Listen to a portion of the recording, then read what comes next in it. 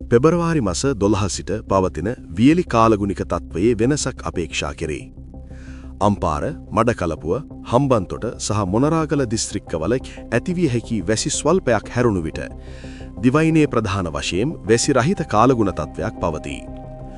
බස්නාහිර, සබරගමුව, මධ්‍යම, ඌව, උතුරු මැද සහ වයඹ පළාත්වලත් ගාල්ල සහ මාතර දිස්ත්‍රික්කවලත් ඇතැම් ස්ථානවල අලුයම් කාලයේදී මීදුම් සහිත තත්ත්වයක් පැවතිය හැක.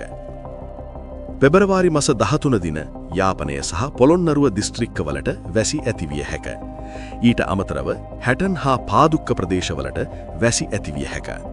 රාත්‍රී කාලයේ බදුල්ල සහ මහනුවර දිස්ත්‍රික්කවල ඇතැම් ස්ථානවල මීදුම් සහිත ස්වභාවයක් දැකගත හැක. පෙබරවාරි 14 වන දින අම්පාර, රත්නපුර, කොළඹ සහ ගාල්ල දිස්ත්‍රික්කවලට වැසි ඇතිවිය හැක. දිවයිනේ ඇතැම් ප්‍රදේශවල වලාකුළෙන් බර ස්වභාවයක් දැකිය හැක. රාත්‍රී කාලයේ රත්නපුර, නිලුව, දෙනියාය සහ බලංගොඩ ප්‍රදේශවලට මීදුම් ස්වභාවයක් ඇතිවේ.